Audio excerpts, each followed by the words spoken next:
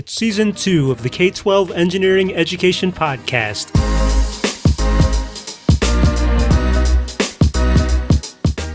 For this first episode of 2017, we've brought back our original guests and co-hosts from the pilot. Joining me is Rachel, our resident educator, and Southern, an engineer. Hi. Hello. And I'm your host, Pius. Hopefully we're a little bit familiar to you. We just want to say hello, welcome to 2017, and we're going to talk about the news in engineering education from all of last year and how it might relate to this new year. Yeah, let's do it. Yes. All right. It's a lot. All right. And so there was a lot that happened last year in 2016. First of all, we started this podcast, and that is the biggest news of all. But yes, that's the best thing ever. One trend that I had noticed, and I wanted to talk to you about it, was that computer science seems to be making a big push in this whole STEM space, especially as it relates to engineering. And one topic that always comes to mind is, first of all, does that even matter? Is computer science even engineering? Because I still hear that argument sometimes that they're totally separate fields. What do you think? I mean, it's like one of the biggest tools for any engineering. So ignoring that would be like ignoring math. So there's no engineering without math. So if you want to go higher level, you need to know computer science.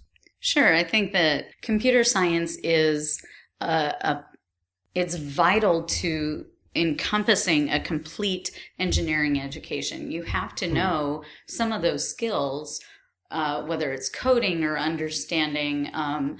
I think of flow charting and just how to make those sorts of algorithmic decisions. It's vital. Okay, so I was thinking that STEM.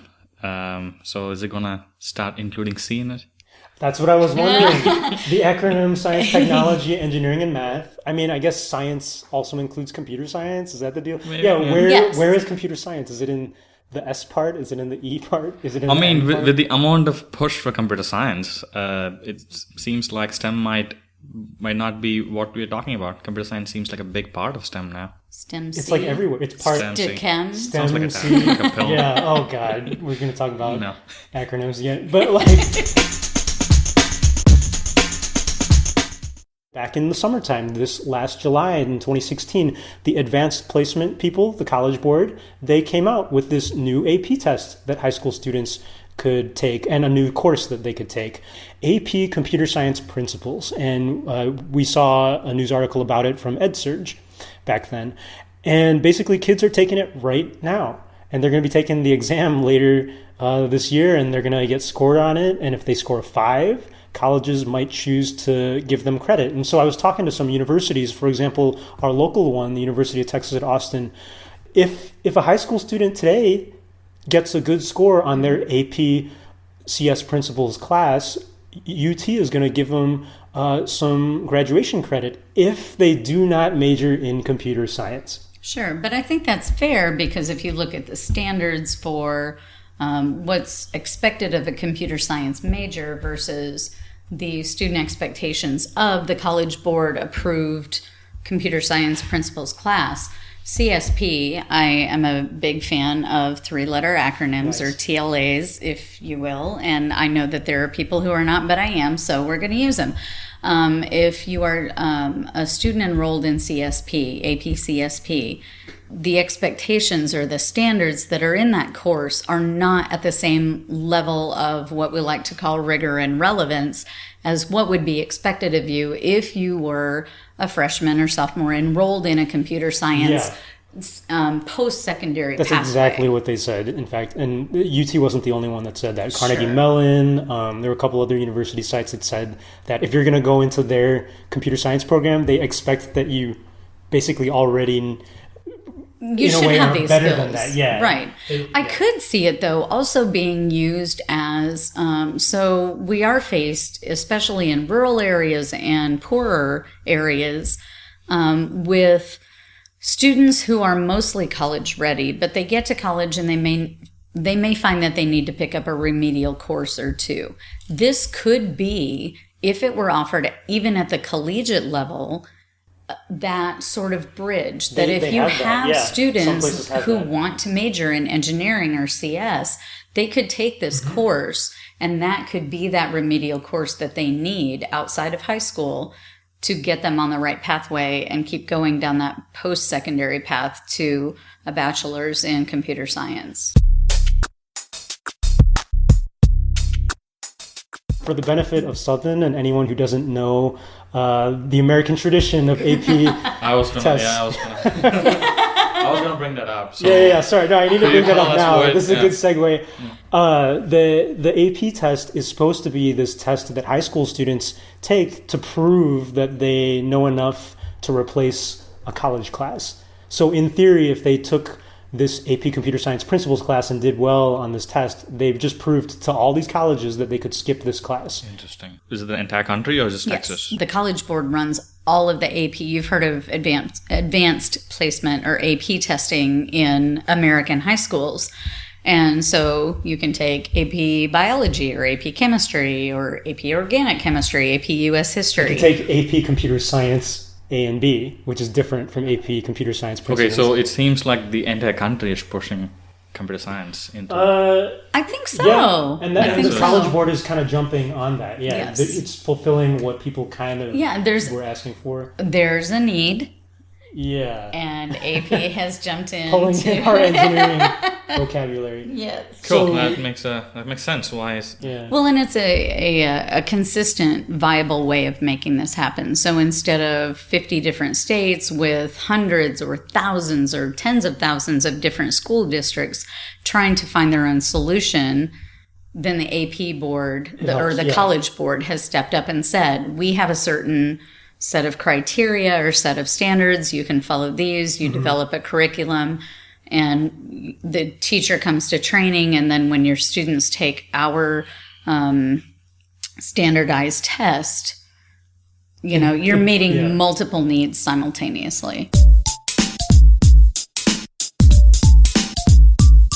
And speaking of Carnegie Mellon, one of the other big news from last year was that Carnegie Mellon was doing exceptionally well at attracting not only computer science majors and engineering majors, but Carnegie Mellon was attracting women to study computer science and engineering at almost rates equal to men, about 50-50, which is like really That's unusual. unprecedented. Yeah, so I thought that was pretty big. And so that they reported on that in the fall. And I think, as we were talking, that part of the draw or the attraction of this computer science principles class and test is that there's an inclusivity factor that for students who maybe are interested in computer science and they might know a thing or two, but maybe they just don't have that confidence level. Maybe they take the class, they take the test, they do well, and because they're interested, it gives them that confidence. It gives them the ability to go on to post-secondary learning in that field because they're not as intimidated by the technicality factor. And that, one of the things that we've all worked on in the past is promoting diversity and increased participation in engineering and engineering education. So to me, this is just another outlet for that. Yeah, I do wonder how it's going to go. And this is a new thing, so it is kind of experimental. I think I'm going to have to follow how that works. So Hashtag following. Yes, hashtag following. And I'm going to have to follow if women and minorities study engineering and computer science in greater numbers as well. Interesting. That's part of the results. We'll see if this theory holds pattern. on. Yeah, Are you ready? Are you prepped for that? Yes, I'm ready. I'm just going to say that now. And a year from now, we'll see. But if other colleges follow what CMU does, Do you know what they specifically do to attract female students? So not off the top of my head, I know that it was definitely a multi-year effort where they were doing outreach. They had something very much like the computer science principles already. They were one of the pilot schools. Like they teach a computer science principles type class to their freshmen, or they have it as an option. Mm-hmm. And so, I mean, kind of like what you were saying, Rachel, maybe that helped attract more people, and launch, like a softer intro to computer science. I mean, if you feel so, we know in working with diverse populations, and this is not only true for STEM, it's true across multiple content areas. But if you want to attract historically underrepresented populations to a certain field, they have to see themselves in that field. They have to see role models. They have to see people who look and think and talk and act like them. And in presenting a safe environment where you're comfortable taking risks, you're more willing to then go down that pathway. And if you take a risk and you succeed, you're more likely to take another risk. And then you take another risk and another. And eventually, oh gosh, all of a sudden I have a master's in, yes, exactly. You mentioned being able to see yourself in certain fields. So did you see the movie Hidden Figures by any chance? I have not, and it's so interesting. No. Well, full disclosure, in case anybody didn't know, I'm white, and because it's radio, you don't know what I look like. I'm shocked, Rachel. So I'm white. My ex-husband is white, and so our son is also white. He is dying really? To see Hidden Figures. How does he know about it? Well, is it a kid's film? No. And your son is how old again? He's 7. Okay. He's a little one. It's not a kid's film, Sutton. This is the story of the African American women mathematicians and scientists who helped us put a man on the moon. They did a lot of the theoretical calculations, and their work was largely uncredited for a very long time. And then, of course, somebody said, you know what, this story needs to be told. So now it's a major motion picture, and it's currently in theaters. I have not seen it. My son hasn't seen it, but he is dying to go see it. And I could not be more excited, more proud. I think it's amazing, and I can't flippin' wait. It gets great reviews, and I do want to see it as well. So maybe later on we can talk about that. But maybe we'll just complete any other podcast episode. Right? Yeah. Yeah. Speaking of other big things that happened, and something that I found, which I thought was cool. I don't know if this is the biggest news, but I'm going to talk about it. Was on Kickstarter, there was a new product introduced called Rocketbook, which was like a new high-tech notebook. Yeah, I saw that. Yes. You saw that? Yes. How would you explain it to anyone who doesn't know what it is? Okay, from what I understood, so it's like a regular notebook, and they have this special pen. So the pen has a specific ink where you put it in the microwave for 5 minutes or something. Something like that, yeah. And whatever you wrote disappears. So it comes with an app. It comes with the app on the phone where as soon as you write it, you can scan it. But it's a very, very, very quick scanner. It's not the ones that we use right now. So it's a very quick scanner, and it immediately uploads everything you wrote on the notebook to your cloud. And then once you're done with it, you can go microwave it. And then you have a new notebook. Yes. Right? So that's again, cool. You all can't see me because it's radio, but my jaw I am agape. You're just my amazed. jaw is on the floor. This is amazing. And they got funded. Cool project, they got How did I not know about this? Their Kickstarter started in the fall, and they just finished, and they've got $1.5 million pledged in funds. Yeah. In engineering, especially in the high school engineering courses that we know about, engineering notebooks are huge. They're cumbersome.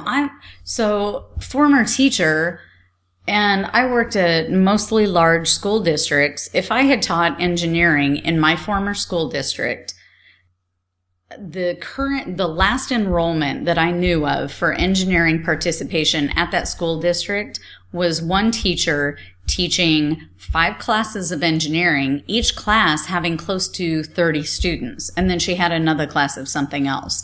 So she had 175 students, which is a typical caseload for teachers in this area. I'm not lugging home 150 notebooks to grade and give feedback on because, well, 1, I can't lift it, and 2, they may not even fit in my car. Would you use it in your work, Southern? It's kind of debatable. Okay, so the immediate cons that I see is there's an 80-page limit. Okay. Oh wait, on the cloud there's an 80-page limit? No, the book itself. Oh, okay. Yeah, so you can only write for 80 pages, and then you got to go back and erase it. So if you're taking 3 classes, you gotta divide the 80 pages into 3. But if you're dumping it into a cloud, couldn't you delete your pages as you go? You can, but also like there's a discontinuation there that I would. You want to be able to I flip want back mul- and look. Gotcha. That's the I want interesting multiple. thing. I think I agree with you, but only because I'm used to paper. I feel like if you were a kid and you were used to digital Sure. everything, maybe something like the Everlast Rocket Book would be okay, but I don't know. So even in my current position, $30, by the way, $34. That's not a lot. That was the pledge for one. Ladies' shoes cost at least 2-3 times that. This is nothing. Nothing.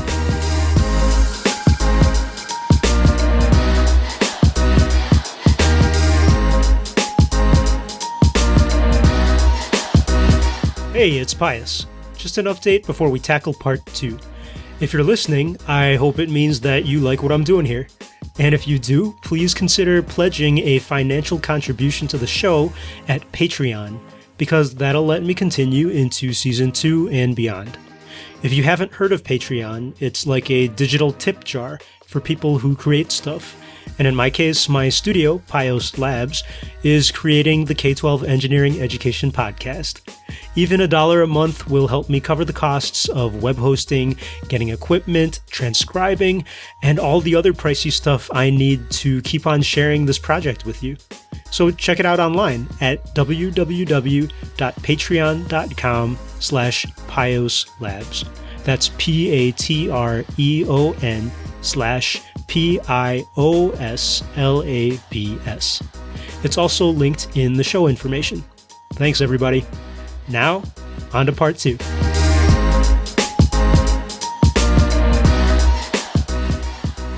Let me start off by saying that by the time that anyone who's listening to the show hears this, just be aware that we are recording on Inauguration Day. So I think we have a new administration today. Currently. Oh, wow, okay. Yeah, and I saw those protests on the TV. Southern, being Indian, as you remember, may not be as aware of all the little American Nuances, strangeness. yeah. Yes, sometimes it's more than nuance. It's just weird, overt things that may not be understandable. And I will say too that not all of the current administrative positions have been fully confirmed by the Senate yet. Right, so a few have, and not others. Thanks for mentioning that. The one that really matters for us in our conversation, I think, at least one, but the first one is Betsy DeVos. Is that how you say her name? DeVos, I believe, yes. And she's being nominated right now for the education cabinet member, and she's very controversial, just like the Trump administration. Okay, so, what's her qualifications? That's a question that many people are asking. Okay. So I'm glad that you, as a non-American, can ask. No, this is a genuine question. Yeah. No, it is. And actually, I got to be honest, I don't know a whole lot, too. All I know is that I looked up a lot of the controversies, and that is a criticism, that she doesn't have as much qualifications as, say, past education secretaries or education officials, because she never went to public school. She never worked or served as like a principal or a teacher. Betsy DeVos has not been a teacher. She has not served in a public or private school. I believe she has sat on advisory boards for both charter and private schools. Her children have attended private schools. She has donated money to both private and charter schools, and she headed up in Michigan, where she originally is from. She headed up several charter school initiatives, and maybe even ran or sat on the board of one or more charter schools. I don't know her full qualifications. I do know that her both exposure to and experience with regular K-12 public schools is virtually non-existent. I don't think that that her supporters want to undermine public schools, but they see so many systemic problems with public schools that they feel that vouchers and charter schools and private schools are a legitimized and viable answer, without looking at the deeper details that what might be involved in that transitional, fiscal, legislative, and just logistical process of what that might look like. Okay, it's very interesting you bring that point up because just to give you a perspective of what's happening in India on the same thing that you're talking about is in India you have the public schools are cheap, but the quality is so bad. It's really bad. So not a lot of people who go to public schools, they choose private schools where the fees the tuition is so high. Even for like a preschool, you pay like so much money for that. Public schools in India used to be good when they were first introduced. So it was done with the intention of actual education, based on research and everything. But after some time, when there was more money on the private sector, they slowly pushed away public schools to lesser and lesser standards. So people don't opt for that, and they go more towards private schools. So was it that? So what I'm hearing is, as increased privatization occurred, public schools then started failing? I would say it's simultaneously. So as you push the private schools, as you push private schools more, sure, the standards are okay. Even it could be even the other way. So they slowly reduce the standards for public schools, while the private schools provided higher standards. Okay. So people went there. But at the same time, the cost is at least 20 times more. Wow. Sure. There's public schools which are completely free. Right. And so it's like infinitely more expensive than public schools. Yeah. What I'm hearing you say is in India, private schools seem to do better because there was more money available for their use, presumably for things like technology and infrastructure, perhaps lunches and textbooks and whatever needs to occur, the physical logistics of running a school, but also because of higher educational standards, higher student learning expectations. Is my understanding accurate? Yes. Interesting. Yeah. So I wonder if it's the same here or if it's exactly the opposite. We don't know yet. We don't know yet. I do know that it has been tried in little pockets. Like, there are areas of the U.S. that have lots more charter schools than everyone else. New Orleans is an example where there's lots of charter schools after Hurricane Katrina. And I think there are other situations that we can look to. I don't know the answers to these questions, but I feel like that is the stuff we need to be looking for, looking at how it worked in other countries, looking at how it worked in New Orleans and all these other places. And especially, I think, here in America, where we compare ourselves globally. We always, not always, but you often will see on social media or even in mainstream media where parents, teachers, educational leaders, community members compare America's educational system to educational systems around the globe. And there are so many differences in America's educational system versus educational systems in other countries. Mm-hmm. And I think without taking into account those expectational inequities, the funding inequities, the inequities of populations that are served. So, for example, Sudden, tell me about if a student in India has multiple disabilities or multiple inequity, what we used to call handicaps. So let's say, for example, they're visually impaired and have a non-functional hand.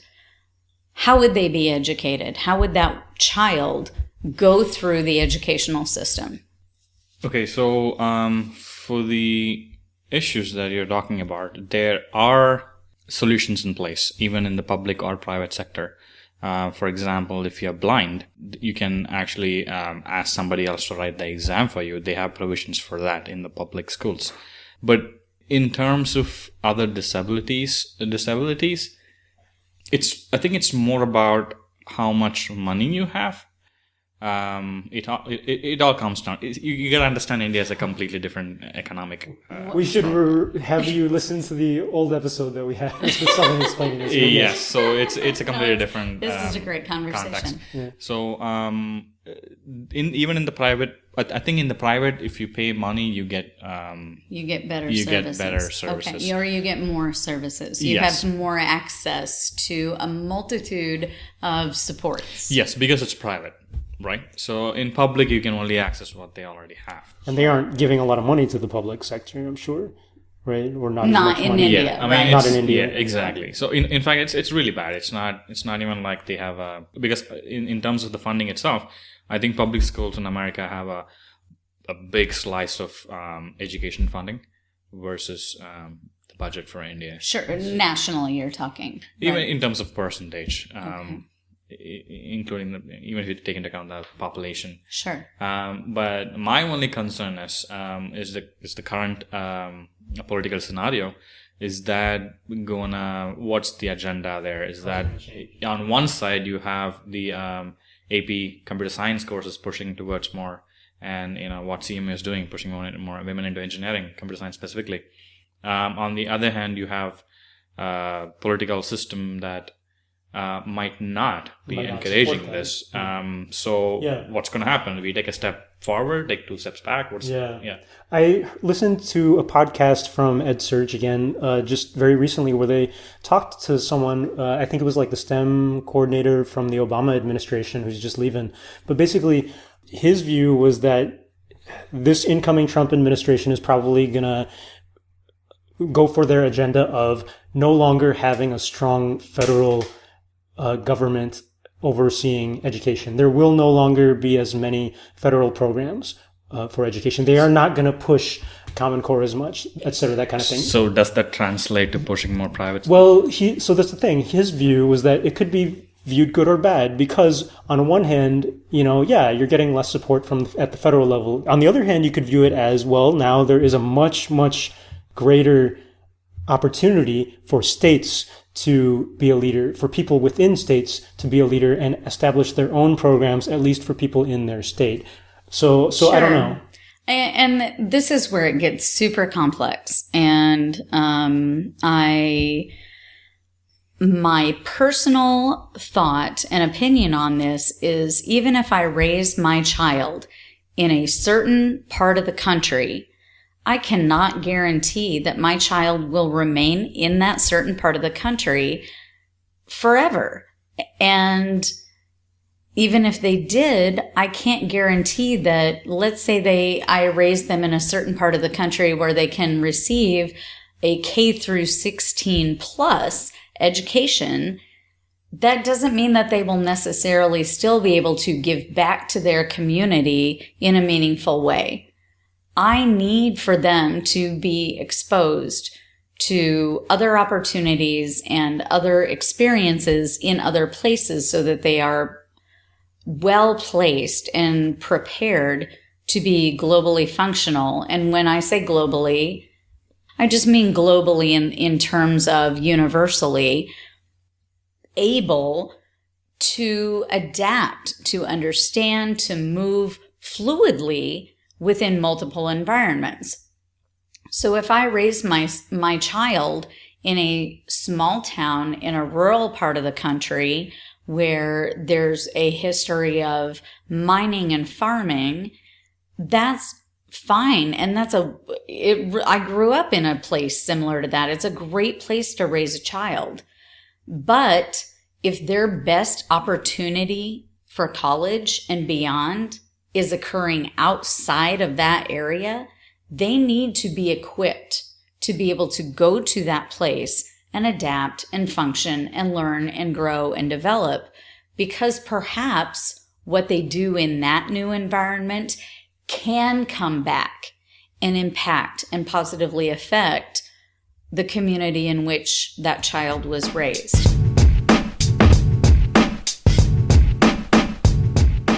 And so do you have any final thoughts? In an upbeat manner? Yeah, let's Yes, leave it in an please upbeat do. manner. We got pretty deep. So Yes. Okay. please. I mean, not upbeat as in like in a more positive Yes, way. let's leave it on a high Yes. note. Yeah, this is something I was talking with another coworker regarding the administration that we have. So the point is, it's only 4 years. I think for us, at least, the people who are fighting for more, science education, I think we need to keep doing what we're doing.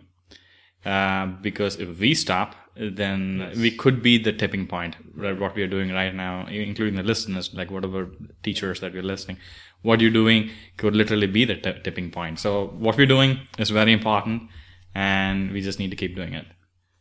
And I think that's what it is. Thank you, Southern. Thanks, Sudden. I think that's very true. And we'll have another whole episode on climate science and engineering. And also movies. And Also movies. If you have any ideas for what shows we should have, you should totally send us messages. My Twitter is pious at... We fist bumped our microphone, but that's okay. My Twitter is at Pius Wong. And Rachel, your Twitter? At R. Farrig. And Southern? I don't remember. It's like at Southern... I'll put it in the show notes. All right, yeah. At Southern I'll send it to you, Satyasila or something. Yes, So... yeah. send us messages, and thank you so much for listening. You are a small but mighty crew, and we will... Thank you all for your support. meet you Happy soon. New Year. Happy Q1. And keep on the good fight. We'll keep on doing our best, teaching people and making cool stuff. Hook 'em. All right. Sounds awesome. Take care.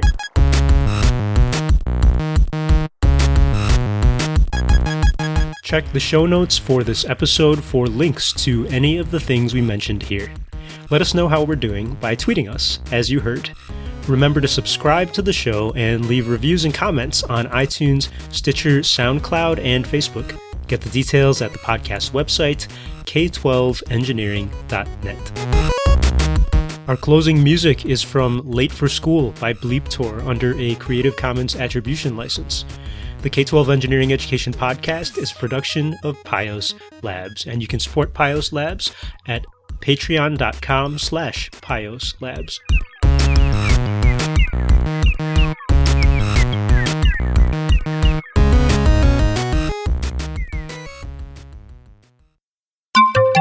Attention South by Southwest 2017 attendees. If you're going to the Interactive Conference, come register for our workshop on improv games for designers and engineers. I've also got a guide on the same subject in the works, so if you can't go to South by, but improv for engineers still interests you, send me a message. And if you're an educator going to South by EDU, we'll see you at our playground session, hopefully, talking about STEAM curricula. Thanks.